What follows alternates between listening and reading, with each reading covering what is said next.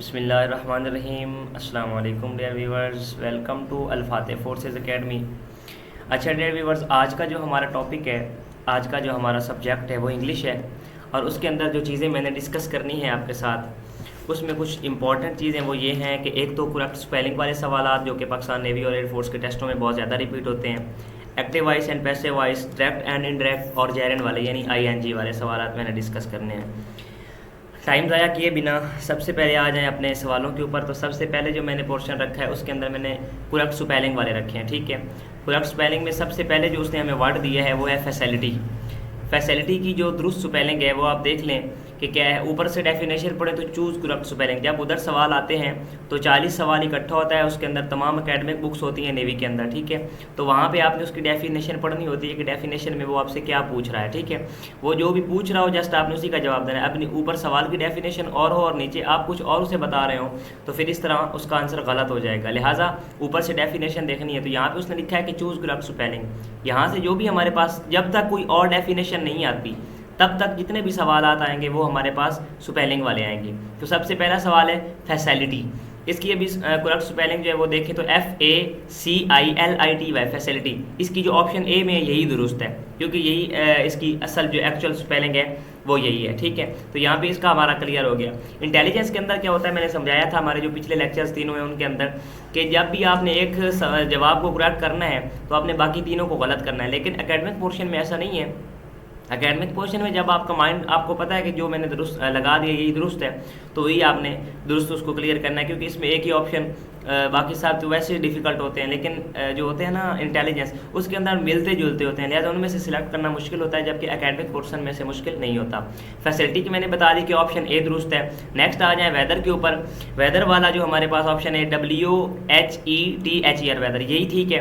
तो यहाँ पे भी ऑप्शन ए दुरुस्त हो जाएगा, बाकी गलत हो जाएंगे। नेक्स्ट आ जाए नेबर। नेबर जो हमसाया होता है उसको बोलते हैं। इसमें आ जाए तो NEGH, ये वाली गलत होगी। ठीक है, NEI होना था। देखें बी में NEIGHBOUR, यही दुरुस्त है। तो यहाँ पे हमारा ऑप्शन बी ठीक हो जाएगा। क्वेश्चन नंबर 4 पे आ जाए मैरिज।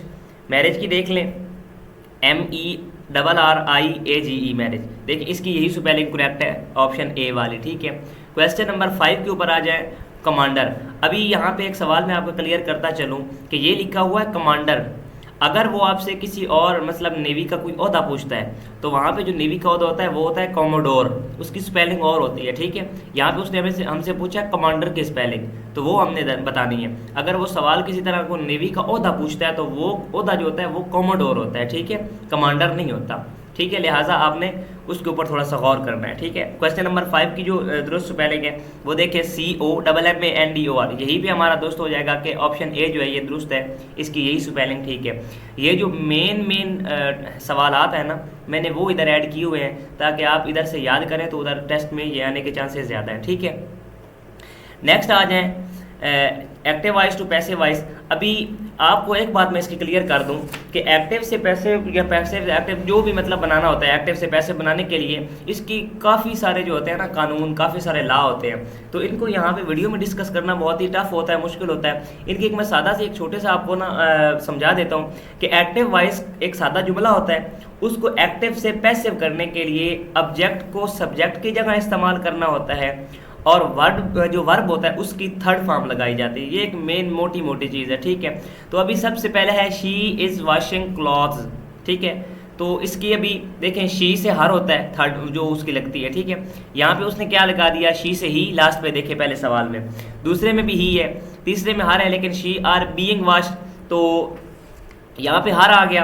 अभी देखें कि क्या ये दुरुस्त है, सी वाला, clothes are being washed by her. ठीक है, थर्ड फॉर्म वर्ब के साथ मैंने बताया था आपको कि थर्ड लगनी है फॉर्म, तो ये हमारा सी जो है ये दुरुस्त हो जाएगा। ठीक है, नेक्स्ट आ जाए क्वेश्चन नंबर 2। वैसे तो हमारा क्वेश्चन नंबर 7 आई थिंक बनता है, ये 6 बनता है, हाँ 7 बनता है, लेकिन इधर एक्टिव वॉइस का जो है वो हमारे पास क्वेश्चन नंबर 2 है। तो I am visiting my friend. ठीक है, इसका अभी जो ऑप्शन है वो देखें कि क्या लगता है, my friend is visited by me, my friend was पिछले ज़माने में चला गया, my friend is being visited by me, तो इसका ऑप्शन सी दुरुस्त हो जाएगा। ठीक है, ये याद रखें जो भी सवालात इधर मैं बता रहा हूँ ये मोस्ट इंपॉर्टेंट सवालात हैं, तो आपने इनको थोड़ा सा माइंड में रखना है। ठीक है, नीचे क्वेश्चन नंबर 3 पे आ जाए, दिस स्पोर्ट कंटेन्स इंक, ठीक है। इसका जो ऑप्शन है वो हमारे पास लग जाएगा C, ink is content in this on this pen. यहाँ पे थोड़ी सी आई थिंक लिखने में थोड़ी गलती हो गई है, तो ये हो जाएगा ऑप्शन सी इसका दुरुस्त हो जाएगा, ठीक है। नीचे आ जाएं क्वेश्चन नंबर 4 के ऊपर, दे नाउ इट, इसका जो ऑप्शन ए है वो दुरुस्त हो जाएगा, it is known to them, ठीक है। क्वेश्चन नंबर 5 पे आ जाएं तो वी हेट हिम, इसका क्या आ जाएगा, ऑप्शन ए दुरुस्त हो जाएगा, he is hated by us. तो मैं पहले बता चुका हूँ कि एक्टिव वॉइस और पैसिव वॉइस के जो हल करने के कानून होते हैं वो काफ़ी ज़्यादा होते हैं। इनको समझने के लिए बहुत ज़्यादा टाइम और बहुत ज़्यादा लेंथी वीडियोस की ज़रूरत है, और एक मुकम्मल जो है ना, एक हमें पूरा सपोर्ट चाहिए, एक मुकम्मल हमें रिसोर्स चाहिए इसको समझाने के लिए, जिस तरह के हम एक एक चीज़ को आपको समझा सकें। लिहाजा यहाँ से आप इसको थोड़ा सा याद कर लें, जो थोड़ी थोड़ी बातें बताई जाएँ उनको आप माइंड में रखते जाएँ तो इंशाल्लाह ये क्लियर होते जाएंगे, ठीक है।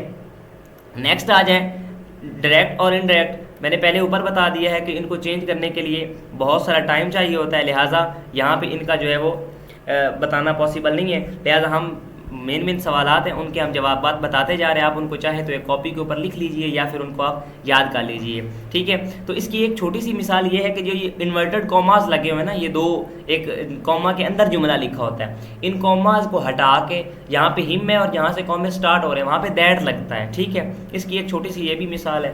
तो बाज़ औक़ात जो नेवी के अंदर, एयरफोर्स के अंदर सवालात आते हैं ना, उसने तीनों में से 2 या 1 में या 3 में ही उसने, मतलब 4 ऑप्शन होते हैं ना, किसी एक आदमी उसने दैट को मिस किया होता है, तो वहाँ पे कुछ ना कुछ वो पता चल जाता है, ठीक है। अभी डायरेक्ट और इनडायरेक्ट के ऊपर आ जाए तो I said to him what is your name, अभी इसका जो हमने चेंज करना है वो देख लें कि इसका क्या लगता है। I told him what is his name was, I asked him, तो इसका जो ऑप्शन ए है यहीं पर ये दुरुस्त हो जाएगा। नीचे देखें कुछ ना कुछ चेंजिंग होती हैं, ठीक है। आ जाए आगे नेक्स्ट क्वेश्चन नंबर 2 के ऊपर, he says I will go to Multan, इसका ऑप्शन जो है हमारे पास, सॉरी ये जो ऊपर वाला है उसका लग जाएगा D, I asked him what his name was, ठीक है। अगर नंबर 2 उसका लग जाएगा हमारे पास option A, he says that he will go to Multan. पहले का जो ऑप्शन डी है वो दुरुस्त लगेगा और जो दूसरा सवाल है उसका जो ऑप्शन ए है वो दुरुस्त लगेगा, ठीक है। नीचे आ जाएं आप question number 3, he said will he listen to me, इसका भी देख लें तो इसका क्या लगेगा, he asked if I would listen to him, ये ऑप्शन 4 पे हमारे पास मौजूद है डी, तो इसका भी ऑप्शन डी लग जाएगा, ठीक है। ये आप चाहे तो लिख लें, चाहे तो इनको याद कर लें, समझाना पॉसिबल नहीं है, वीडियो बहुत लेंथी हो जाती है, फिर बच्चे उकता जाते हैं।